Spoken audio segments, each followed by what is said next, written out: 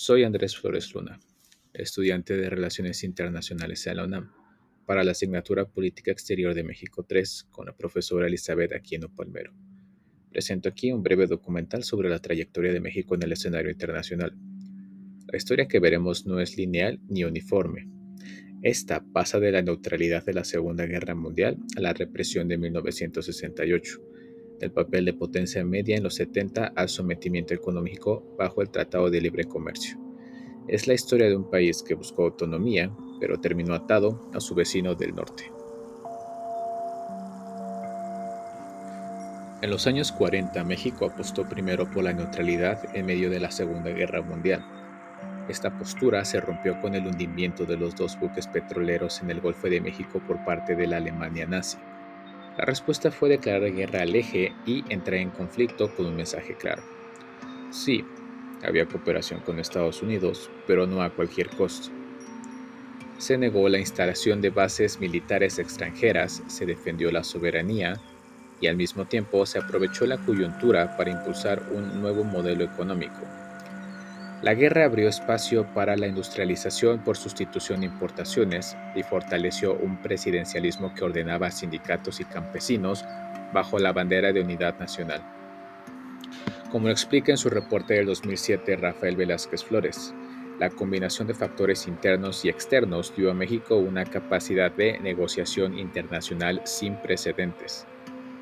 Pero la paradoja era evidente.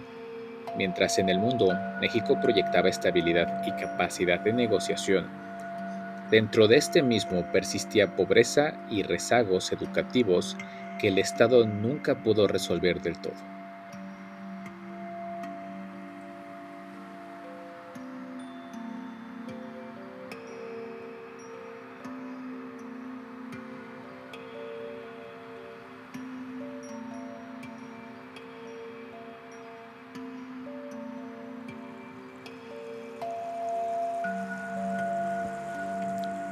Terminada la guerra, México entró a la Guerra Fría atrapado entre dos realidades: un sistema político estable hacia afuera y violencia sistemática hacia adentro. El golpe de Guatemala de 1954 reveló cómo la frontera sur era también escenario de presiones geopolíticas. La visita del canciller soviético Mikoyan en 1960 mostró que México podía coquetear con Moscú, pero siempre bajo la mirada vigilante de Washington. La represión del movimiento estudiantil de 1968 expuso la cara más dura del autoritarismo, un Estado que justificaba la violencia con discursos anticomunistas y campañas de propaganda. La política exterior hablaba de soberanía y autodeterminación, mientras que el ejército se convertía en la policía interna del régimen. Como apunta Rodríguez Curi, no se trataba de un sistema político omnipotente, más bien de un equilibrio frágil sostenido por la represión y por narrativas que buscaban legitimar el orden autoritario.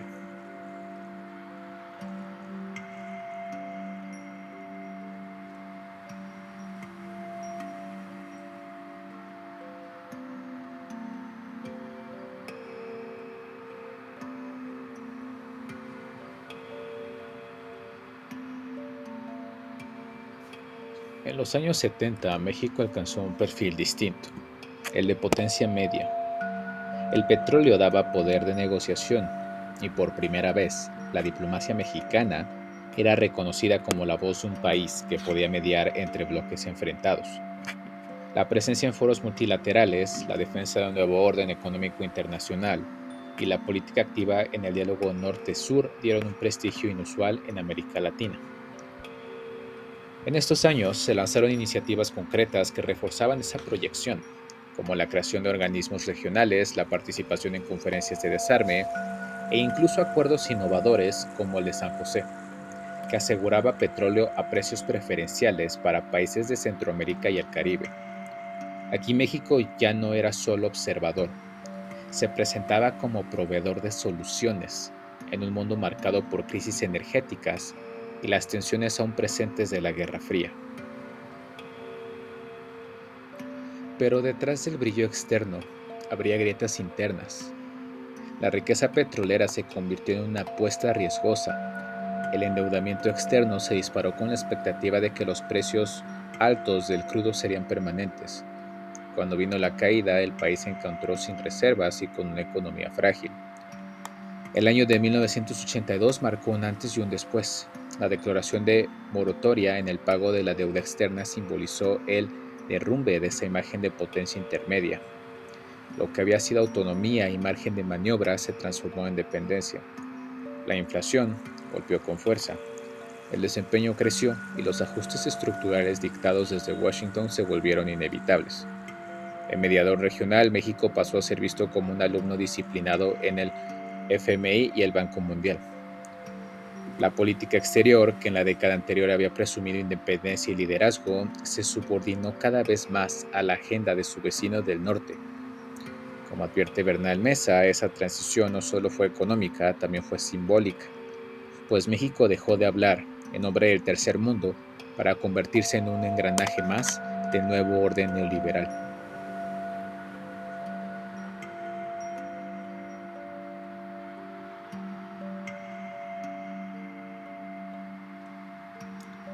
La firma del Tratado de Libre Comercio de América del Norte en 1994 marcó el punto de no retorno. México se reintegró casi por completo al mercado estadounidense y el 90% de sus exportaciones quedaron dirigidas hacia el norte. Privatizaciones, liberación comercial y la máquina se volvieron el motor de la economía. El norte se industrializó dado a su acercamiento al dinamismo de Estados Unidos, mientras que el sur quedó atrapado en rezagos agrícolas y pobreza estructural. Fox intentó negociar un NAFTA Plus que incluyera acuerdos migratorios, pero tras el 11 de septiembre de 2001 la agenda se volvió seguridad nacional y fronteriza y la lucha contra el terrorismo para los Estados Unidos. Lo que México veía como válvula de escape demográfica, Washington lo vio como un tema de seguridad nacional. ¿Cuál fue el resultado? Como era de esperarse, ocurrió más dependencia económica, más muros en la frontera y menos margen para una política exterior autónoma.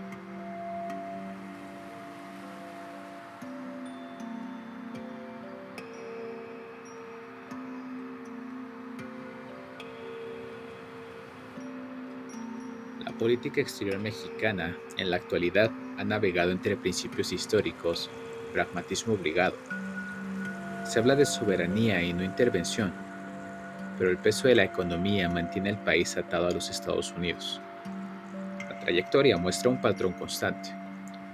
Cuando México logra cohesión interna, proyecta influencia internacional. Cuando enfrenta crisis económicas, el margen de autonomía se evapora.